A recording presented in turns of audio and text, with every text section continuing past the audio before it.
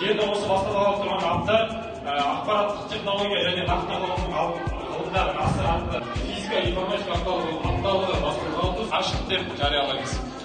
Енді алдарыңызда ең биік сананың есі атайды.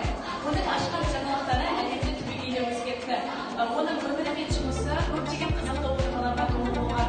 Бұл индустриялық революцияның екінші кезеңінің бастаушысы.